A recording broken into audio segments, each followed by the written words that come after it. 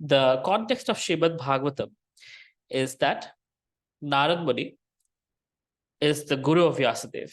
And under the instruction of Narad Muni, when Vyasadeva had compiled the entire Vedic literature into written form, Vyasadeva was feeling that something is missing.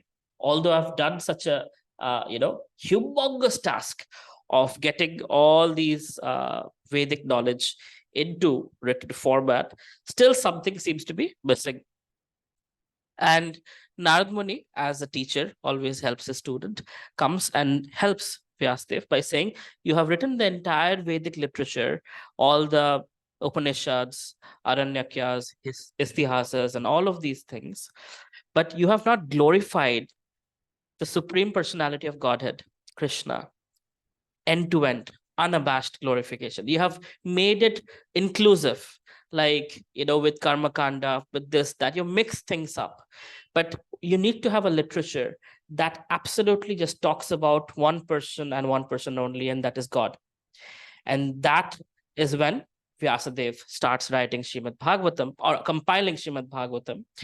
And he says it's just like a tree has a fruit, and the most ripened fruit of a tree is the best that the tree has in offering. Same way, it's called Galitam Phalam.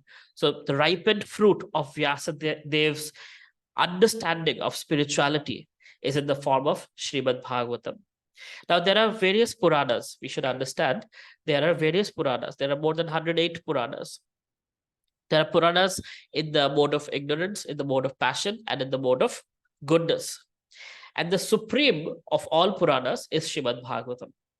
Right? So there is Padma Puran, there is Devi Puran, there is Shiv Puran, there is all kinds of Puran. Just like Upanishads are there are Puranas also. But of them, Srimad Bhagavatam is considered the topmost. And we have the great fortune of completing Bhagavad Gita and coming to Srimad Bhagavatam. So let's start with the introduction. Srila Prabhupada gives a little context before we get into the Sanskrit verses. The conception of God and the conception of absolute truth are not on the same level. The Srimad Bhagavatam hits on the target of the absolute truth. The conception of God indicates the controller, where the conception of the absolute truth indicates the summum bonum, or the ultimate source of all energies. There's a difference of opinion about the personal feature of God as a controller, because a controller cannot be impersonal. Or, of course, modern government, especially democratic government, is impersonal to some extent. But ultimately, the chief executive head is a person. And the impersonal feature of the government is subordinate to the personal feature. So without a doubt, whenever we refer to control over others, we must admit the presence of a personal feature. So control can be done only by a person, not by some energy or some impersonal. When we say government is doing this, there are persons who are leading the government. It's not on its own. So the system of creation is working, but there is somebody who is the progenitor of that system, the supreme controller of that system. That is Krishna. According to Bhagavad Gita, any controller who has some specific extraordinary power is called Vibhuti Sattva. So there are many controllers. There is Lord Brahma as a controller, Lord Shiva as a controller, like somebody who is having a family is a controller of the family, somebody who is some leader in some position, some corporate, being a CEO, is a controller. Everybody has some level of control. But the supreme controller is one who cannot be controlled, who controls everyone else. And Srimad Bhagavatam talks about that. So the author of Srimad Bhagavatam is Srila Vyasadeva. First offers his respects, obeisances unto the Param Satyam, absolute truth. So Param Satyam is absolute truth. He's referring to Param Satyam. And he starts with Om Namo Bhagavate Vasudevaya. So at the very beginning itself, he's referring to Vasudev or Krishna. Right? This is a unabashed glorification about Krishna. So Om Namo Bhagavate Vasudeva. So when we start Srimad Bhagavatam, along with our Mangalachan prayers, we say 3 times Om Namo Bhagavate Vasudeva, which I'm going to do right now. Om Namo Bhagavate Vasudevaya. Om Namo Bhagavate Vasudevaya. Om Namo Bhagavate Vasudevaya. So that's how Srimad Bhagavatam starts. Because this is about one person, and that is the son of Vasudev, whose name is Vasudev. Who's the son of Vasudev? Nand Maharaj's son is Krishna. So it's a glorification of him. So Param Satyam, this is the absolute truth that Srimad Bhagavatam talks about. Ishvara, the controller, right? Parameshwara, supreme controller. So Ishvara, many controllers. Parameshwara, supreme controller. That's Krishna. Conscious personality. He's Satchidananda Vigraha. He's fully conscious, fully aware of everything that is happening. He is Anand, Ananda means he's always in happiness and relationship with all his devotees. And he's omnipresent everywhere. So Brahmeti, Paramatmeti, Bhagavati, Samshabdate. So Brahman, the entire Brahma Jyoti, he's present as impersonal Brahman. He is present as Paramatma in everyone's heart. And he is also as an individual present as Bhagavan, as Krishna. Srimad Bhagavatam confirms that even Brahma is not independent as far as power and knowledge are concerned. Indra, Chandra, Varun, nobody is independent. Sun God, not independent. Nobody is independent. Only Krishna is fully independent, and under him, everybody is there. So Brahma received his knowledge in the form of the Vedas directly from Krishna. So we are very fortunate to belong to the Guru Shishya Parampara that is coming directly from Lord Brahma. So we are called Brahma, Madhava, Gaurya, Sampradaya. So from Lord Brahma, Madhvacharya, right? Gaurya Sampradaya. So our in Bengal, this has come through Chaitanya Mahaprabhu all the way, starting from Lord Brahma all the way down to Madhvacharya, who is in South India. Madhvacharya has two lines. One has gone to South India, the other one has come to Bengal through Chaitanya Mahaprabhu, down all the way to his disciples, all the way to Srila Prabhupada, all the way to us, right? So we are, our primary guru in our disciplic succession is Lord Brahma, who has directly received this from Krishna himself, way before Mahabharata happened. So this was at the beginning of the creation of this universe, when Brahma was born. The Supreme Personality knows everything directly and indirectly. Individual, infinitesimal persons who are part and parcel of the Supreme Personality may know directly and indirectly everything about their bodies or external features. I might know what is happening in my belly, in my eyes, in my ears, in my body, right? Around me, what is happening. But Krishna knows everything about everything. That is his godliness. Supreme Personality knows everything about both his external and internal features. The word Janmadi Asya suggests that the source of all production, maintenance, or destruction is the same Supreme Conscious Person. Even in our present experience, we can know that nothing is generated from inert matter, but inert matter can be generated from living entity. For instance, by contact with the living entity, the material body develops into a working machine.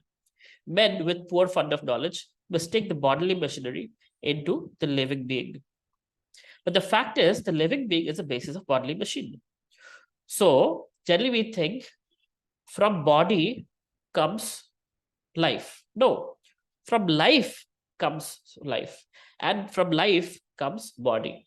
So from spirituality, material things come. It's not the other way around. When two individuals come together, a baby comes in, right? So two souls connect. And the baby's body is made from the body of the parents. But when two souls connect, then a soul is invited in. So we call it Garbhadhan Samskar. When we have children in the Vaishnava communities, we do Garbhadhan Samskar. Generally, the husband chants 50 rounds, and the wife also chants 50 rounds of Hare Krishna Mahamantra.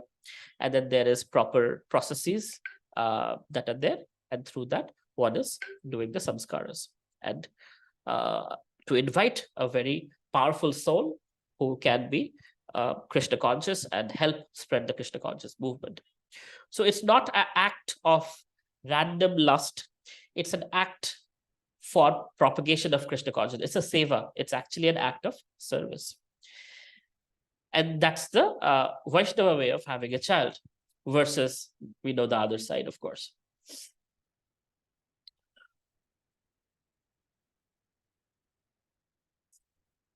The living force is called Brahman. And one of the greatest acharyas, teachers, namely Sripad Shankaracharya, has preached that Brahman is substance where the cosmic world is category.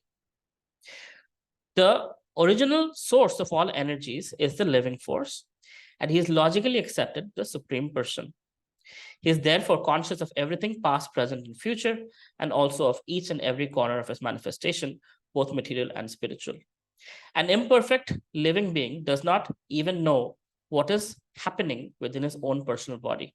He eats his food, but does not know how his food is transformed into energy or how it sustains his body.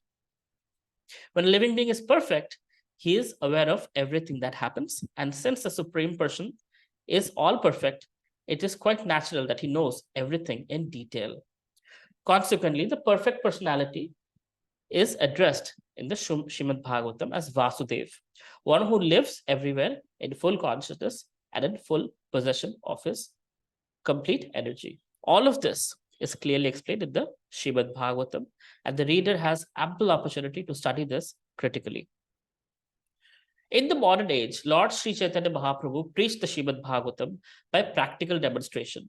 So Chaitanya Mahaprabhu's life and pastimes directly demonstrate Srimad Bhagavatam through his real life actions. It is easier to penetrate into the topics of Srimad Bhagavatam through the medium of Chaitanya Mahaprabhu's causeless mercy. Therefore, a short sketch of his life and precept is inserted herein to help the reader understand the real merit of Srimad Bhagavatam. So Srila Prabhupada gets into a brief understanding of Chaitanya Mahaprabhu. We have to understand the historical context here. Srila Prabhupada didn't know if he would, because he started at a very old age. So he didn't know if he would complete Srimad Bhagavatam and then be able to have the ability to complete Chaitanya Charitamrita, because he was 70 years old already. So this is how Prabhupada would work. Every day, he would translate Srimad Bhagavatam from Sanskrit to English, and then in his typewriter, then take those manuscripts to Delhi from Vrindavan. He was staying in Radhavana temple. All of you who came to Vrindavan went there, saw Prabhupada's room. So there he would transcribe the Bhagavatam verses. He would go to Delhi, and there he had a place in Chippiwara. There he would directly go to the publisher, and with the publisher's help, he didn't take any help because he didn't have the money to pay. So he would use the printing press himself and print the pages, right? So if you see, Prabhupada has written a lot in the introduction, which I'm going to skip temporarily. And the purports are also very, very long, because he didn't know if he will live to write the whole thing, which he didn't. He didn't finish the entire Bhagavatam. Till 10th canto, he was able to write, and then he passed away. So if you see Srila Prabhupada's last days, he's actually, looking like a skeleton. There is a dictaphone near his mouth, and he's translating Srimad Bhagavatam, right? Till his, I think, 2 days before passing away also, he was still translating Srimad Bhagavatam just to finish as much as possible, but he couldn't finish the 11th canto. 10th canto, 11th and 12th canto were later on completed by Srila Prabhupada's disciples. But till 10th canto, midway through, Prabhupada finished it. So that's why there's a lot of purports. I'm going to make it simpler, and we're going to move fairly quickly, not very slowly, not very quickly, but we will move fairly quickly. So I will jump to the verses, skipping the introduction. You can read the introduction at your own pace.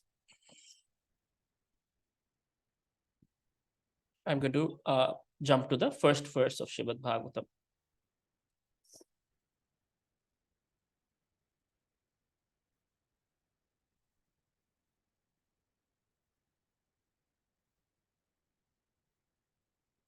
Om Namo Bhagavate Vasudevaya Janmadasya Yatah Navyad Itiratatas Charte Swa Abhigyan Swarat Tene Brahma Hridaya Adikave Muhyanti Yat Surya Tejo Vari Mridam Yatha Vinimayo Yatra Trisargo Mrisha Dhamna Svena Sada Nirasta Kuhakam Satyam Param Dhimahi.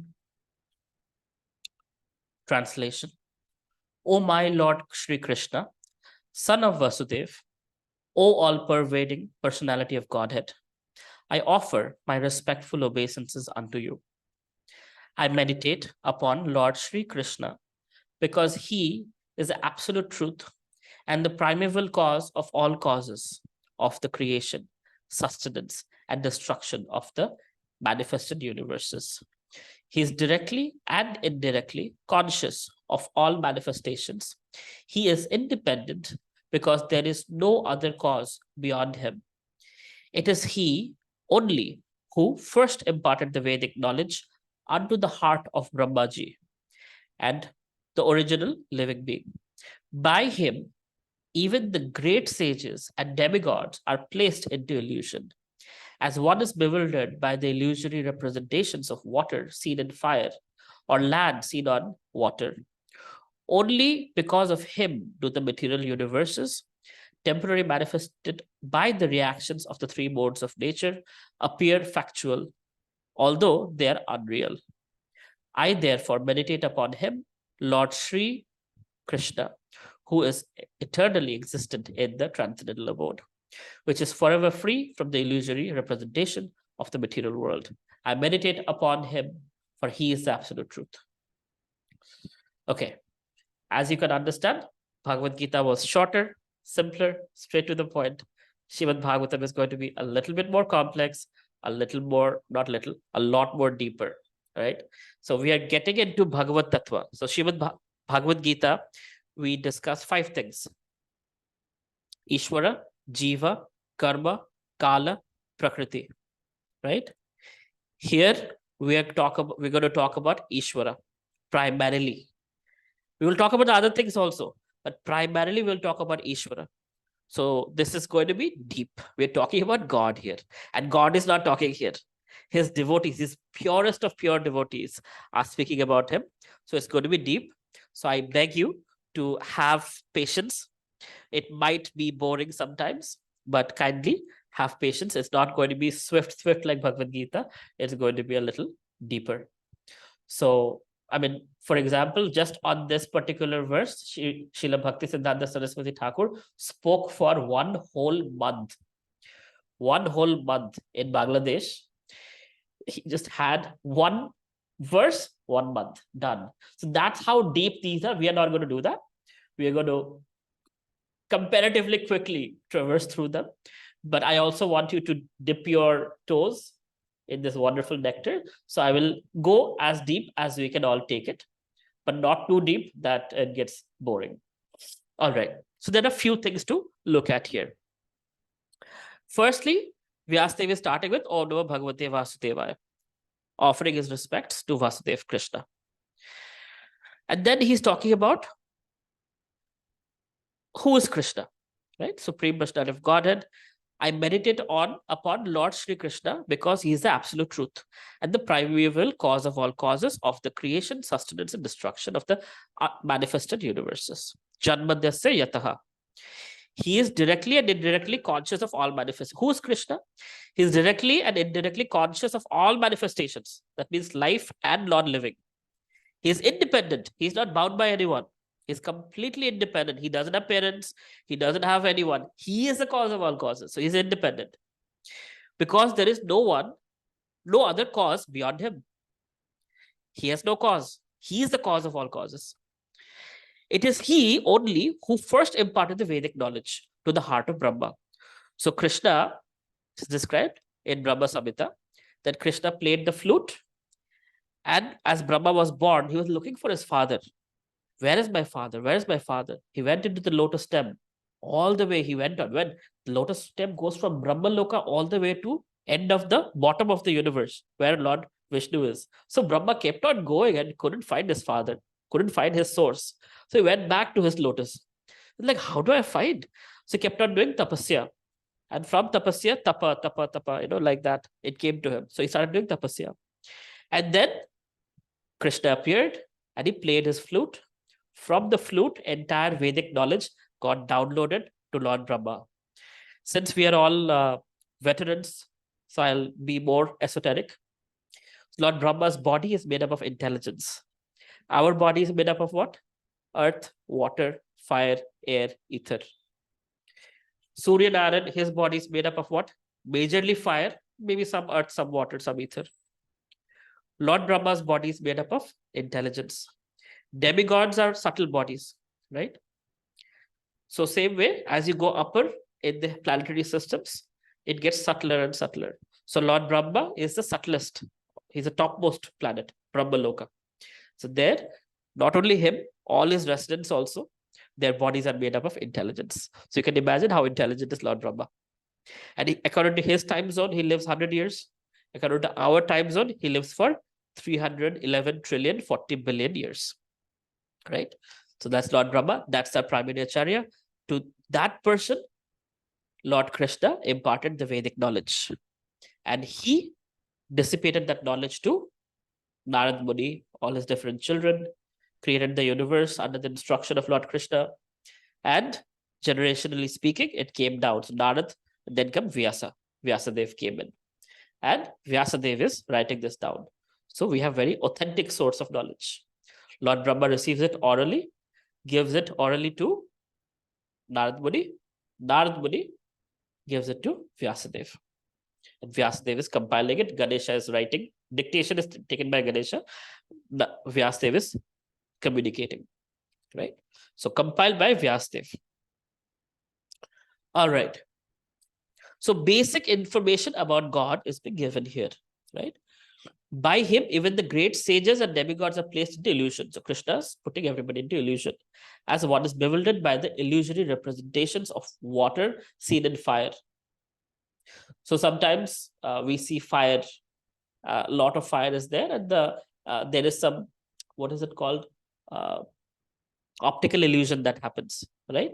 The heated air and the non-heated air, when they combine, there is some optical illusion. So that is what's being referred to. So that's kind of like an illusion. So we are also put into illusion in this material world. Land, sea, on water.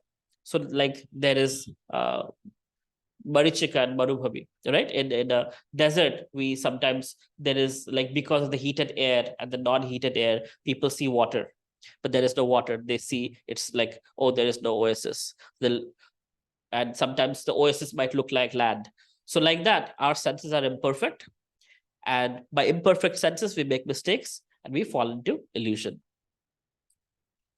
So this material world is illusory.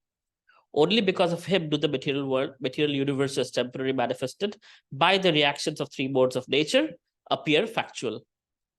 So it seems factual by the reaction of the three modes of nature, although they're unreal. I therefore meditate upon him. How do we come to reality? We come to reality by meditating upon the Lord who has created this illusion. And Lord Sri Krishna, who is eternally existent in transcendental abode, which is forever free from the illusory representation of the material world. I meditate upon him, for he is the absolute truth. Okay. You can see how big the purport is. All right. Second verse. Aparna, would you like to read? Hare Krishna, yes. Canto 1, chapter, verse 1.1.2. Dharma projita kaitavotra paramo nirmat saranam satam vetyam vastavam atra vastu sivadam tapatrayon mulanam Srimad Bhagavate Mahamuni Krite Kim va parer Ishvarah Satyo Hridayarudyate Trakritibi Susrushubhi Tat Shanat. Translation. completely rejecting all religious activities which are materially motivated, this Bhagavata Purana propounds the highest truth, which is understandable by those devotees who are fully pure in heart. The highest truth is reality distinguished from illusion for the welfare of all. Such truth uproots the threefold miseries. This beautiful Bhagavatam, compiled by the great sage Vyasadeva in his maturity, is sufficient in itself for God realization. What is the need of any other scripture? As soon as one attentively and submissively hears the message of Bhagavatam by his culture of knowledge, the Supreme Lord is established within his heart. Thank you very much, Aparna. Okay. So do we see the continuity here from Bhagavad Gita? Does anybody see the continuity in the statement? Completely rejecting all religious activities which are materially motivated. Anyone? Yes, Prabhuji. Yeah. Because Krishna says, Sarvadharman Parityajya Mamekam Sharanam Vraja. Can you in speak Bhagavad up a little bit? Is it louder, Prabhu? Yes. So, Bhagavad Gita, Krishna says, like, Sarvadharman Parityajya Mamekam Sharanam Vraja. And then it continues in Srimad Bhagavatam saying, like, with all, like, not, what did he say? What does it say, Prabhu? Rejecting Not all rejecting all religious religious. activities. Yes. Yes, Prabhu. So in Krishna ends Bhagavad Gita by saying Sarvadharman Parityaja, forget all religious activities that you've heard from me, versions of religion. Surrender unto me. So now that you have surrendered, continuing from there, rejecting all, right? So dharma projita kaitavatra. Religiosity, completely rejected, covered by fruitive intention. So materially motivated religiosity. This Bhagavatam does not talk about you worship this demigod, you get a wife or a husband. You worship that demigod, you get money. So that is considered the fruitive, materially motivated. This Bhagavatam doesn't talk about that. This is completely, purely devotional, transcendental science that has been spoken about. Prayash is writing to me confidentially, I am not sure I'm ready for Srimad Bhagavatam. You might feel that way, but I suggest that you stick to it. It is the most purifying of all things. In Bhakti, it is said, Nam Dham Bhagavatam, deity, devotee. There are 5 potent practices of Bhakti. Chanting the holy name of the Lord, Nam. Dham, going to the holy Dham, like we went to Vrindavan. Bhagavatam, studying the Bhagavatam. And deity worship, service to devotees. These are the 5 most potent things in Bhakti. So we have gone to Vrindavan, we are chanting the holy name, and if we study the Bhagavatam, there's nothing more powerful than this. So just wait till you hear the benefits of studying Bhagavatam. What all happens when you, even if you don't understand, stick to it. You will benefit. Okay. So completely rejecting all religious activities which are materially motivated. This Bhagavad Puran propounds the highest truth. So in Bhagavad Gita, we kept on hearing confidential truth, highest truth.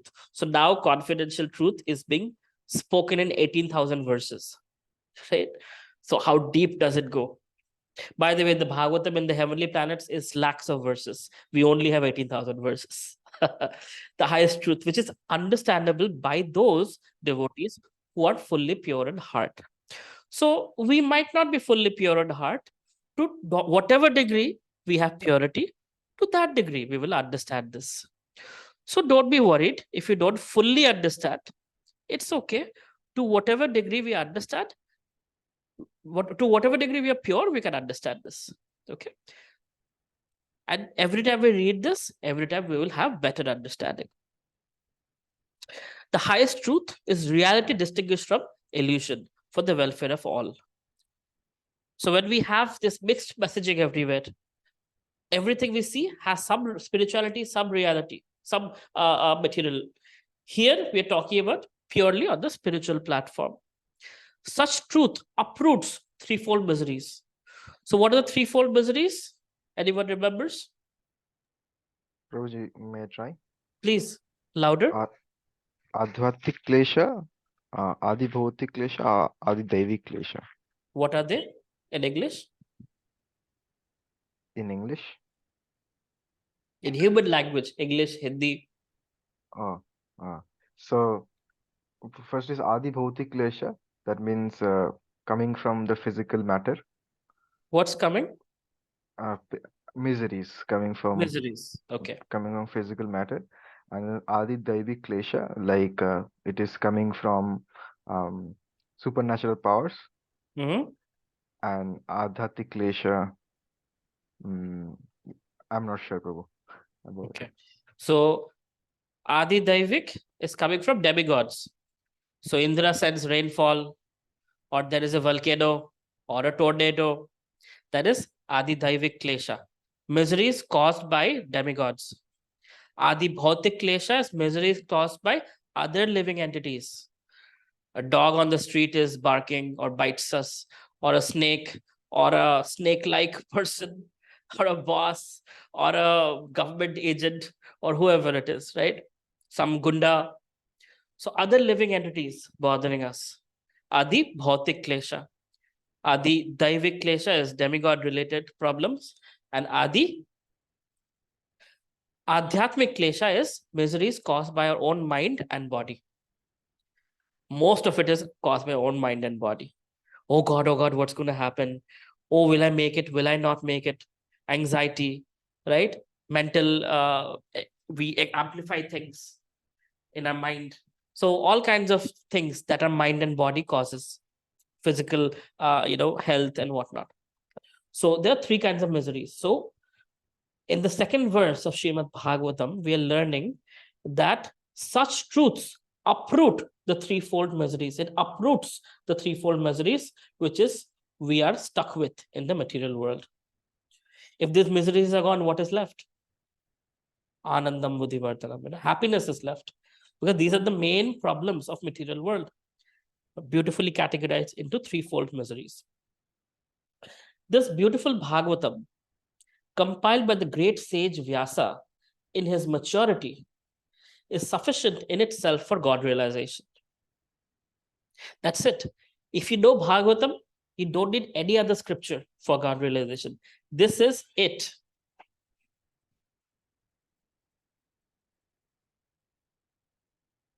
What is the need of any other scripture? As soon as one attentively and submissively hears the message of Bhagavatam, by his culture of knowledge, the Supreme Lord is established within the heart. Just by submissively hearing, the Supreme Lord manifests in our heart. Okay. Prabhuji, Aparna? I had a question. Yes, please. Prabhuji. So here it says like compiled by Vyasadeva in his maturity. What does that mean? So Vyasa's last compilation is Srimad Bhagavatam. So because Vyasa is speaking from his realizations, right? Or entire Vedic knowledge is what is received from his guru, Narad Muni. So he's writing down these realizations. So after compiling all the Vedic knowledge, now we can't even study the entire Vedic knowledge in our entire lifetime. But here is somebody who has compiled all of that. And he has those aha moments. Wow, wow, wow, wow. How amazing is Krishna? All of those realizations are there. So Vyasadeva has also evolved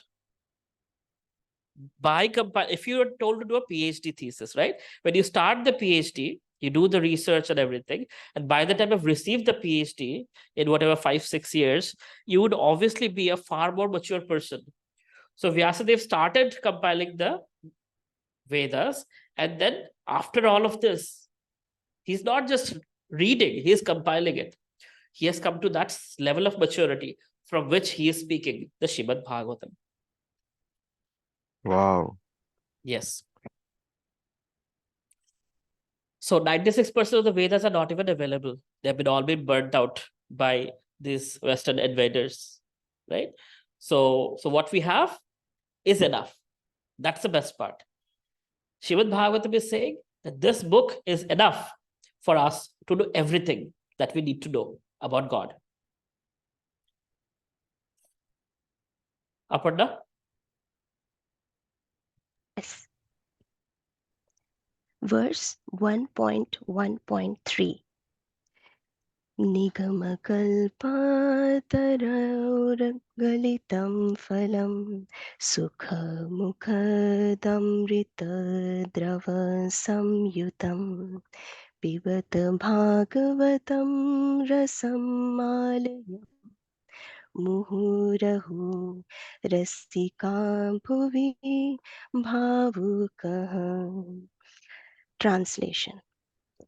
O expert and thoughtful men, relish Srimad Bhagavatam, the mature fruit of the desire tree of Vedic literatures.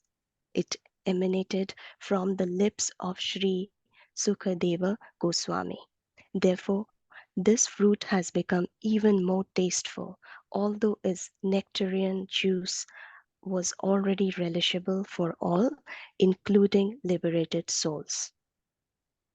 Beautiful. So, Srimad Bhagavatam, the Vyasadeva is narrating what is narrated by Shukadev Goswami, right? So Shukadev Goswami, now he is being introduced. Very amazing personality. Who's Shukadev Goswami? Shuka is actually the parent of Srimati Radharani. Correct me if I'm wrong. Might be parent of Krishna or Radharani. Most likely he's a parent of Radharani, who has come as a great sage. He's incredible. Shukadev Goswami. He is the one narrating all these pastimes and everything. So Parikshit Maharaj asks, and Shukadev Goswami is responding. And so it is stated, as I mentioned, that Galitam Phalam, the ripened fruit of Vedic literature is Srimad Bhagavatam. Shukha Mukha.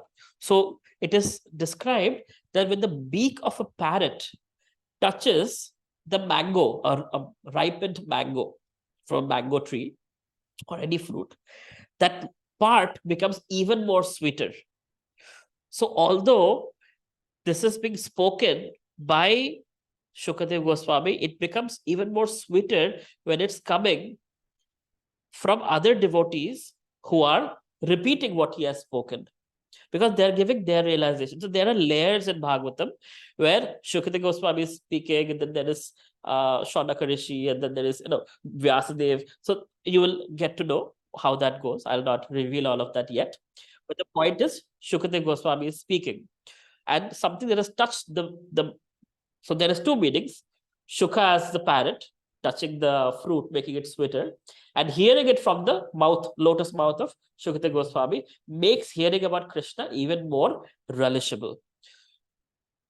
So what you need to understand from here is, we are hearing from great devotees, and it is a literature to relish, which is the summum bonum of Vedic literature.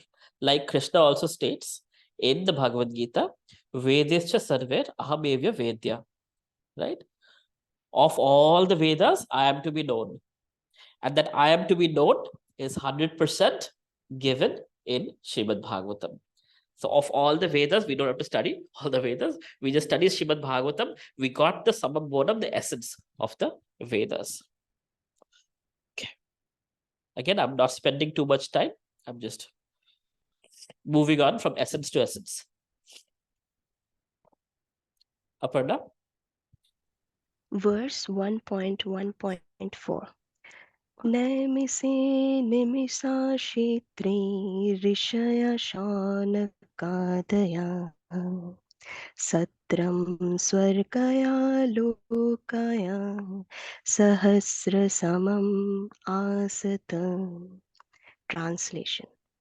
Once in a holy place in the forest of Naimi Sharanya, great sages headed by the sage Shaunaka assembled to perform a great 1,000-year sacrifice for the satisfaction of the Lord and his devotees. Okay. Please continue. This is the setting of the Srimad Bhagavatam. So in the forest of Naimisharanya, Aparna, please stay, okay? I'm just quickly going to explain Yeah. this, and you can go to the next verse. So this is the historical setting that in Naimisharanya, as Kali Yuga is coming in, all these great sages headed by Shaunaka Rishi have come to do 1,000-year sacrifice for the satisfaction of the Lord and his devotees, so that us Kali Yuga people can benefit. So how thoughtful of them, right? Dwapar Yuga is ending or ended rather, and Shaunaka Rishi is assembled all these sages to do this sacrifice for the benefit of Kali Yuga people. Next verse. Verse 1.1.3.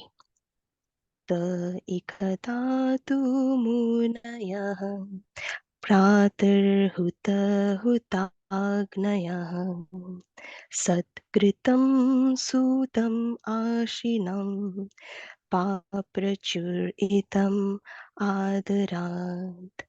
Translation. One day, after finishing their morning duties by burning a sacrificial fire and offering a seat of esteem to Srila Sutta Goswami, the great sages made inquiries with great respect about the following matters. So in the Naimisharanya forest, I've been to Naimisharanya. One morning, the great sages come to the lotus feet of Shuta Goswami, and they're asking him questions. Right. Okay. Next. 1.1.6. 1.1.6. Rishaya uchuhu tvaya khalu puranani setihasani chanagah akhyatani apyadhetani dharmashastrani yani utam. Translation. The sages said, Respected Sutta Goswami, you are completely free of all vice. You are well versed in all the scriptures, famous for religious life, and in the Puranas and the histories as well. For you have gone through them under proper guidance and have also explained them. So the sages are glorifying Sutta Goswami. Respect to Sutta Goswami, you are completely free from all vice. That means you're a pure devotee. You are well versed in all the scriptures famous for religious life, and in the Puranas and the histories as well. So there are histories, itihasas, there are Puranas, and other important scriptures that are needed for spiritual life. So first is glorification. It's a very important culture of Vedic lifestyle, is when we approach someone for Vedic knowledge, we offer our respects to them, not superficially, but genuinely we appreciate them. Same way we pray to the Supreme Lord also. We just don't say, my dear Sukha Sampati Ghar Ave Kashta Mite Tadka. We don't just say with a list, I want Sukha, I want this, I want Kashta Mite Tadka. Krishna's not our waiter. The Vaishnava way of doing it, my dear Lord, you're so merciful. You're so kind. I am one of your creations. I have no other option but you. I've exclusively am dependent on you. If you so desire, kindly help me with such and such, right? So that is the etiquette of speaking to each other in a Vaishnava way. So we see here, the sages are talking to a great pure devotee in that way. But even today, when we talk to God, we should maintain such etiquette, because that is the right thing. It's sweet when we glorify first before asking questions. Not that you have to do that with me or anyone like that, but with Krishna, with pure devotees, with gurus, that's a nice thing to do. So it's showing how they speak respectfully.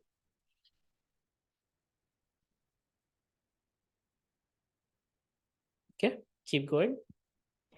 1.1.7 verse. यानि वेद वेदां श्रेष्ठो भगवान् बादरायणः अन्यच्च मुनः सूतं परावराविदो विदुः. Translation. Being the eldest, learned Vedantist, O Suta Goswami, you are acquainted with the knowledge of Vyasadeva, who is the incarnation of Godhead, and you also know other sages who are fully versed in all kinds of physical and metaphysical knowledge. Yeah, next.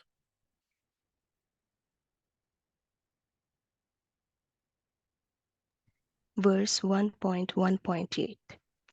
Vedha tvam somya tat sarvam tattvatas anugrahat brūyu snigdhasya sisyasya guruvo guhyam apyutam.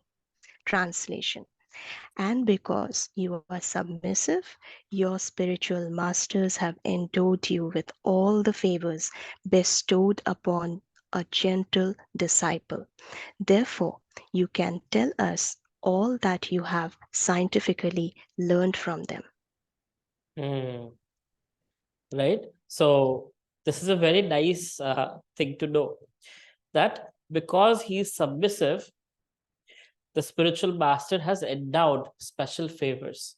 And now they are being submissive to him and thereby wants to derive that special knowledge, the special favors that they have received.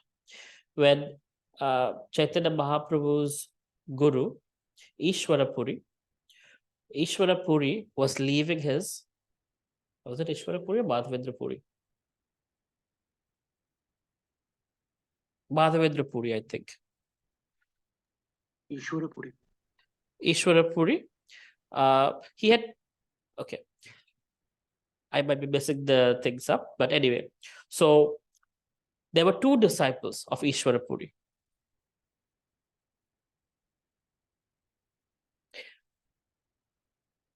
Anyway, sorry.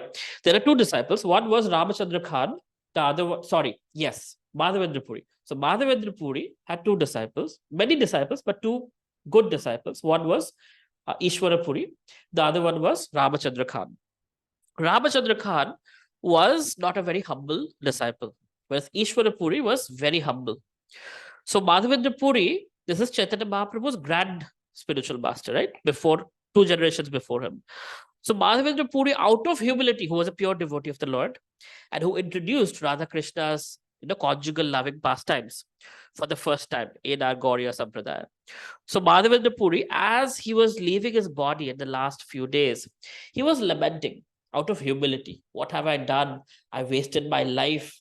I've never, I don't have love for Radha and Krishna. What's the point of my life? My whole life is a waste. Like that, he was talking. Ramachandra Khan, when he heard that, he's like, oh, you are into lamentation. You should just think of Radha and Krishna and close your eyes and meditate on Brahma Jyoti and become one with the Brahman. And Madhavendra Puri was very disgusted by him. He said, please go away. I don't want to see your face.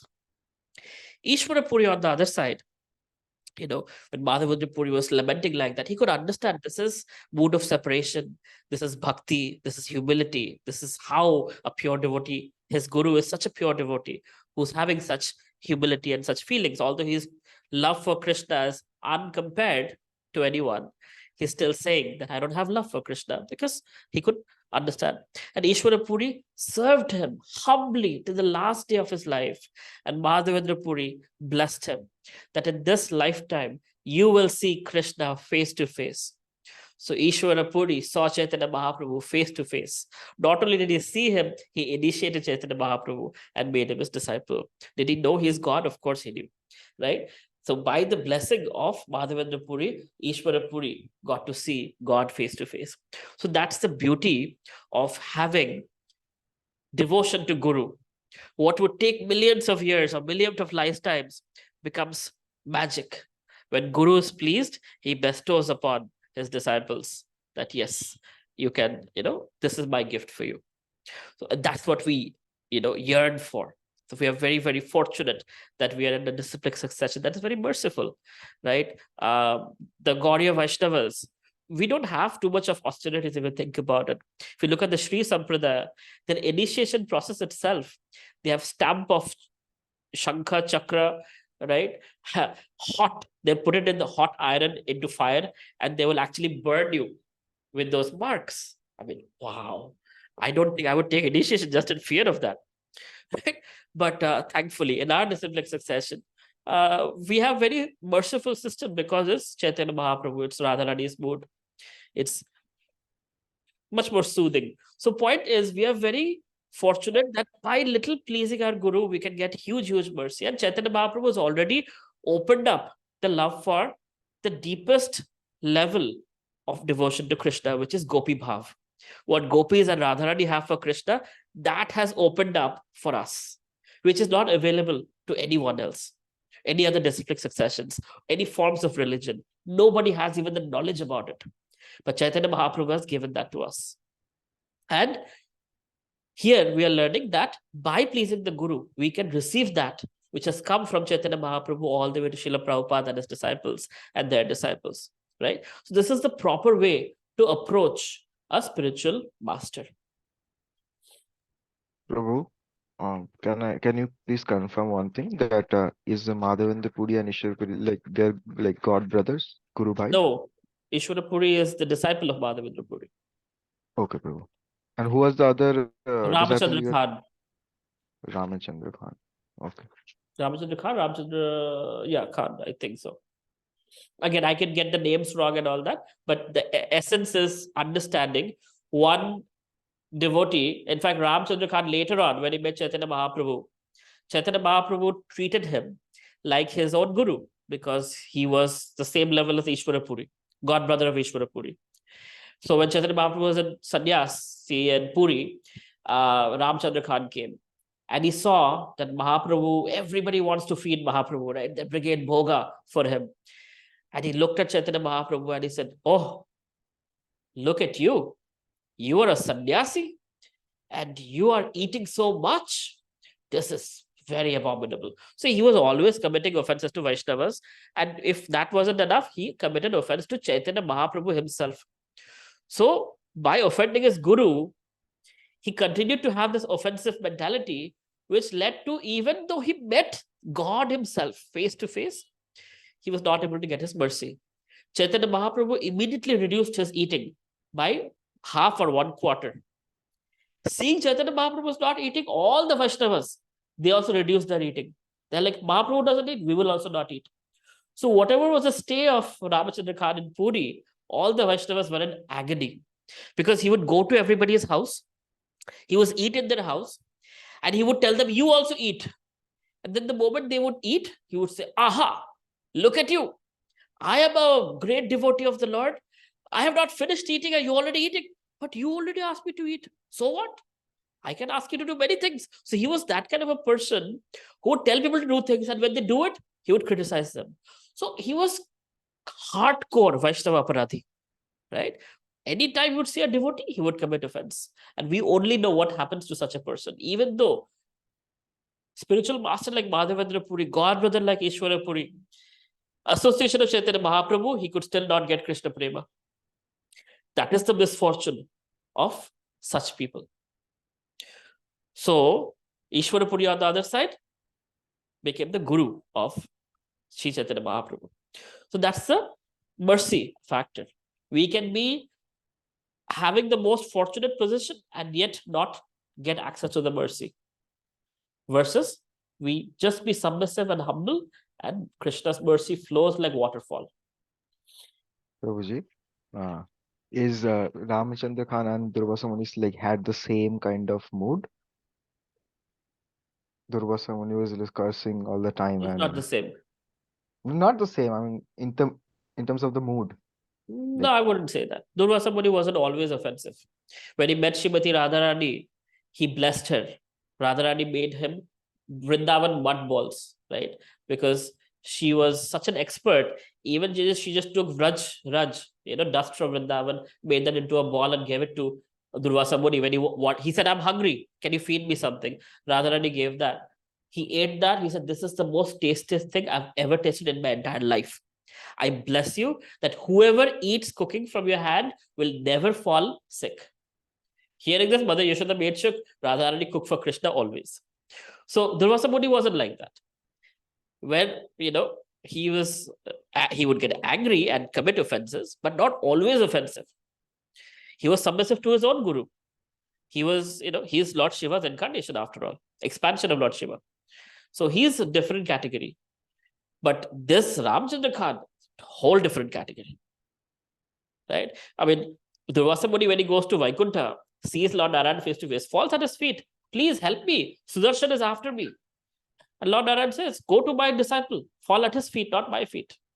You'll be saved. He knows to fall at the feet of the Lord.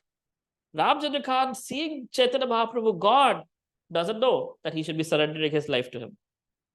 Right? Very different, not comparable. Okay, Aparna, would you do the honors? Oh, 1 minute left. Sorry, it's almost 8:30. So we'll end here, I guess. We will not.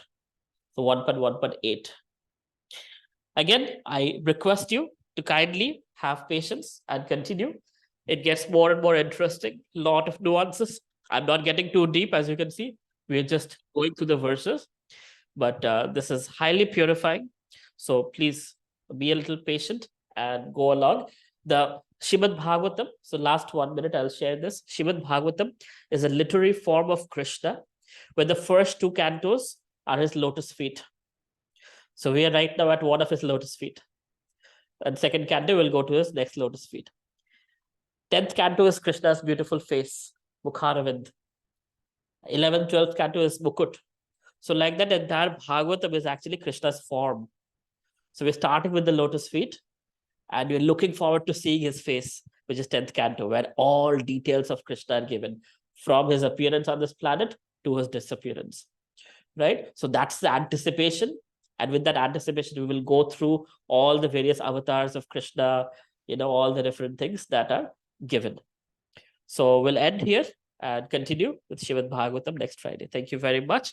Srila Prabhupada ki jai, Srimad Bhagavatam ki jai. Hare Krishna. Have a good night. Hare Krishna. Hare Krishna. Hare Krishna. Hare Krishna.